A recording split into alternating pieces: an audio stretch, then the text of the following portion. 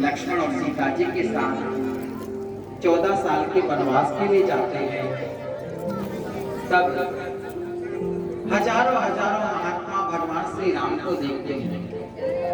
और जब भगवान श्री राम को देखते हैं ना तो महाराज उनकी सुंदरता पर मुग्ध हो गए और ये सोचने लगे, बताओ ये भगवान कितने सुंदर है, सीता जी इनके साथ कितनी अच्छी लग रही है।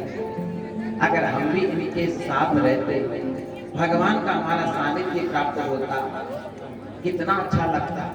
हम भी भगवान के साथ रहते, एक सहचरी के हिसाब से रहते। और ये समस्त हजारों हजारों महात्मा भगवान श्री राम को कहने लगे, प्रभु हमको भी साथ रख लो ना। तो भगवान ने कहा, देखो संतों, मैं एक पत्नी व्रत धारी हूं, ये अवतार मेरा मर्यादा पुरुषोत्तम का है। आवाज नहीं करेंगे, इसलिए इस जन्म में तो तुम्हें ये सौभाग्य प्राप्त नहीं होगा, लेकिन मेरा अगला जो अवतार होगा ना, कृष्ण अवतार होगा।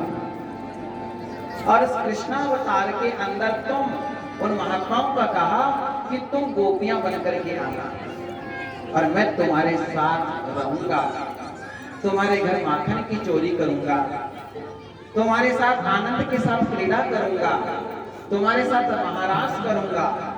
कहते भगवान ने इन महात्माओं को ये वचन दिया था। तो ये महात्मा कौन है? ये महात्मा ही गोपी बनकर के आए, इनको पता है कि हम कौन हैं, इसलिए ये महाराज गोपी बनकर के आई। भगवान, अगर आप ये माने कि देह को महत्व देते हैं, आप ये कहते हो कि भगवान देह को महत्व देते हैं, तो ये बताओ देह को बनाने वाला कौन है? ये कहते हो अगर भगवान ने ऐसा किया तो बताओ इस शरीर को बनाने वाला कौन है? वो परमात्मा है। वो देह को नहीं, वो देही को देखता है बंधु। वो आपके देह को नहीं देखता, आपके देही अर्थात आपके मन को देखता है। आपका मन, आपका शरीर भले कुरूप हो, लेकिन भगवान कहते हैं कि मुझे केवल और केवल तुम्हारा मन चाहिए। एक बात बताओ, शूर्पणखा की बात करें। शूर्पणखा थी राक्षसी, कैसी बनकर के आई? सुंदरी बनकर के आई, बहुत सुंदर बनकर के आई, बहुत सुंदर सर सज करके आई। लेकिन जानते हो रामचरितमानस पढ़ना आप, भगवान ने शूर्पणखा से बात नहीं करी, सीतई चितई सीता जी के देख करके उनके तरफ बात किया। शूर्पणखा की तरफ देखा तक नहीं मेरे राम ने, बात करी तो कैसे सीता जी की तरफ देख करके शूर्पणखा से बात करी। उसको महाराज भगवान ने बात नहीं करी, लेकिन जब सबरी के पास गए तो सबरी को भगवान ने क्या कहा? भामिनी। और भामिनी किसे कहते हैं? जो सबसे सुंदर है। अब बताओ, उसके तो पूरी बत्ती सी निकली हुई थी सबरी के, पूरे बाल पक गए थे, झुर्रियां पड़ी हुई थी, और भगवान उसको क्या कहते? सुंदरी। तो सुंदरी का मतलब ये नहीं होता जो शरीर से सुंदर हो, सुंदरी उसे कहते हैं जो मन से सुंदर हो। आपका शरीर भले कैसा भी हो, वो कुब्जा तो कैसी थी, 3 जगह से टेढ़ी थी महाराज, लेकिन भगवान ने उसको क्या कहा? सुंदरी। इसका मतलब यही है बंधुओं कि भगवान देह को नहीं, भगवान हमारी देही को देखते हैं, हमारे मन को देखते हैं। इसीलिए बंधुओं, तन को भले सुंदर बनाओ या ना बनाओ, लेकिन अपने मन को जरूर सुंदर बनाओ। लेकिन ये मन है ना, बड़ा चंचल है। कहते हैं ना, यह मन बड़ा चंचल है,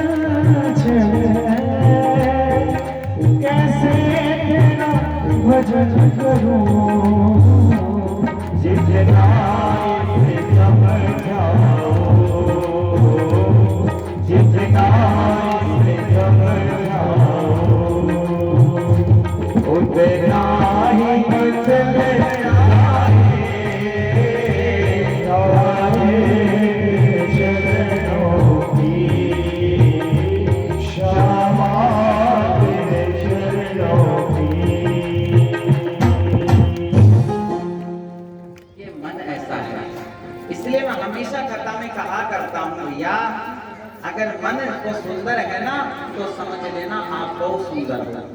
मन सुंदर है, समझ लेना आपके सामने सब जितनी महाराज ये क्या बोलते हैं वो सब फेल है आपके आगे। इसलिए अपने आपको महाराज मन को सुंदर बनाओ। और मन सुंदर कैसे होगा? जैसे आप रोटी बना रहे हो ना, मन को सुंदर बनाने की बात बता रहा हूं आपको, और ध्यान देना, अगर मन सुंदर हो गया है ना तो समझ लेना सब कुछ सुंदर। जैसे रोटी बना रहे हो, रोटी बनाते समय महाराज सुंदर भगवान का गीत गाओ, भजन गाओ। और फिर महाराज ऐसा कहते हैं कि जैसा महाराज आप भजन गाते हो, गीत गाते हो ना, वो महाराज जो भजन के जो अंकुर है वो अंकुर सीधे भोजन में प्रवेश करते हैं। और जो खाने वाला होता है ना उस भोजन को, उसको बड़ा आनंद आता है। वो कहता है लो चलो यात्रा करने चलते हैं, चलो तीर्थ यात्रा चलते, चलो मंदिर चलते। लेकिन जो भजन गाते समय मुनि बदनाम हुई, पता नहीं क्या क्या बदनाम हो गई, क्या क्या बोलते हैं आप। एक भजन है मेरे होठों से चिपका लो, क्या बोलते हैं महाराज, ऐसा ऐसा पता नहीं, मुझे तो नहीं आता ऐसा ऐसा भजन। अब बताओ ऐसा गाओगे ना तो हो को गाना है आदि का खंडाला। क्यों जाएगी खंडाला भाई, क्यों जाएगी खंडाला? तो ऐसे ऐसे भजन गाओगे तो खंडाला क्या आपको ले जाएगा भगा कर? तो ऐसा नहीं, रोटी बनाओ, काम करो, झाड़ू लगाओ, हर दिन महाराज बस केवल और केवल कीर्तन करते समय गाओ। लेकिन महाराज आजकल कहाँ कानों के अंदर रीढ़े लगा करके ऐसे ऐसे महाराज लोग सुनते रहते हैं। तभी तो ऐसा होता है। गोपियां क्या करती है, बस रोज उस गोविंद का दर्शन करती है। और ये कहती है कि मेरे घर माखन की चोरी कब होगी। ऊपर से तो कहती है अरे मेरे घर आकर के बताए वो कन्हैया, मेरे घर चोरी करके बताए। तुम बोलियो इसलिए तुम्हारे घर माखन की चोरी करता है। ये तो बाहर से कहती है, लेकिन अंदर से ये चाहती है कन्हैया कि अभी मेरे घर ही माखन की चोरी करोगे। सबके घर माखन की चोरी कर ली, मेरे घर नहीं आओगे क्या? एक दिन मेरे घर आ जाना, आ जाना, मेरा भी माखन खा जाना। एक दिन मेरे घर आ जाना, मेरा भी माखन खा जाना।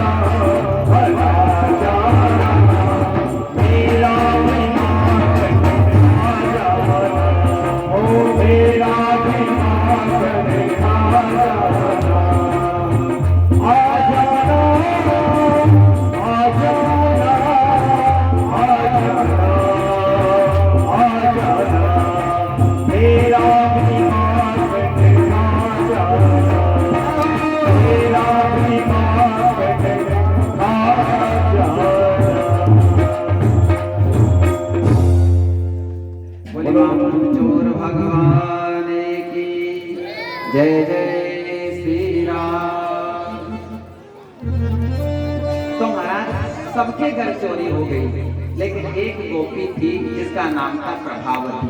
क्या नाम था? प्रभावती। उसके घर चोरी नहीं हुई। अब महाराज वो अंदर अंदर कुड़ती की देखो सबके घर माखन की चोरी हो गई, मेरे तो आया ही नहीं। अब उसका जो देवर था ना प्रभावती का, वो भगवान कृष्ण का CID था पूरा। उसने क्या किया, उस भाभी ने, प्रभावती ने सुंदर माखन तैयार किया और माखन तैयार करके